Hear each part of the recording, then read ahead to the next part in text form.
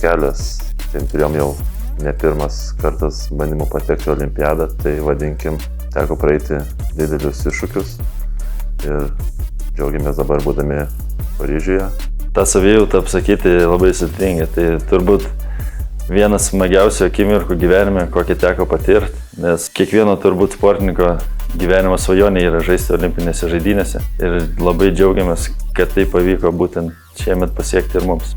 Geras jausmas, turėjom ilgą pasirašymą, tikėjom, kad galim būti olimpiadoje, bet kai patekome, tai irgi užplūdo jausmai, kad padarėm gerą darbą ir tikiuosi olimpiadoje irgi gerai sudalyvauti ir parsivežti medalius.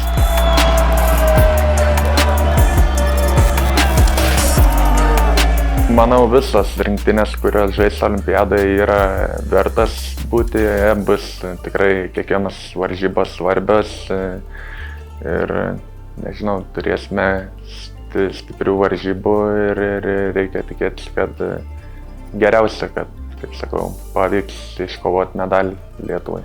Tokio pobūdžio turnyrė, tai manau, kad visos komandos yra pajėgios, nes jos yra būtent tame turnyre, vadinkim taip, olimpiadoje. Tai nei vieno varžovo negalime nuvertinti, su visais reikia kovoti, kiekvienos rungtynės yra išlikimo rungtynės, o finišo tiesiojoje pasirodys visi charakteriai, visos taktikos, tai laikas viską parodys.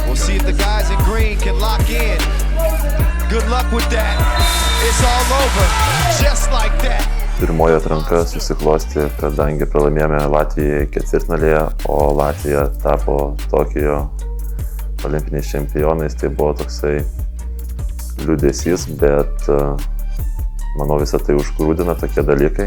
Pralaimėjimas Olandijai, tai vėl, kadangi žinojame, jog turime kitą atranką, dar vieną šansą, tai manau, tai dar pastumėjo mus labiau dirbti ir Vengrijoje, Debrecene mes kaip komanda labai susivienijome ir padarėme tai, ką turėjom padaryti prieš tai. Tai pralaimėjus autonomijai atranką buvo tikrai labai liūdna ir nuvykus į Debreceną nesinorėjo tikrai pajusti dar kartą to jausmo ir turbūt būtų dar skaudžiau.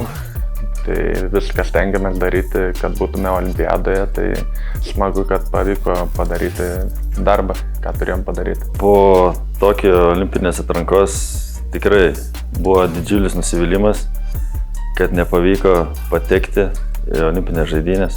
Tai šiemet gavosi taip, kad turėjom tikrai pakankamai ilgą, sunkų, varginantį, tačiau kaip parodė ateityje sėkmingą kelią. Ir labai džiaugiamės, kad turėjom tokią galimybę turėti pakankamai gero laiko darbui, treniruotėm, kontroliniam varžybom. Ir tas spaudimas galgi nebuvo toks didelis, kadangi šiemet turėjom 2 atrankas. Kaip sako, visą laiką žinai, kad jeigu nepavyksta pirmoje atrankoje, turi dar antrą šansą.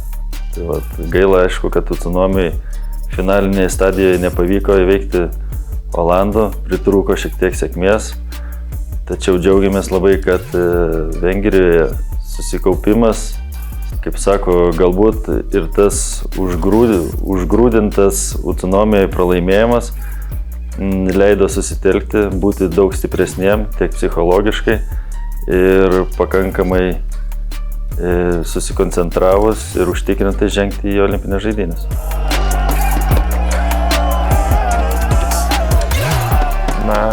Labai svarbu, visi labai palaikė, vieną kartą buvo mūsų šalis nepatekusi į olimpiadą, tai tikrai buvo ir tų tokių skeptikų, kurie mumis netikėjo ir tikrai buvo tokių, kur nenorėjom, kad patektume, bet mes įrodėmės, patekom mes olimpiadą ir labai džiaugiuosi.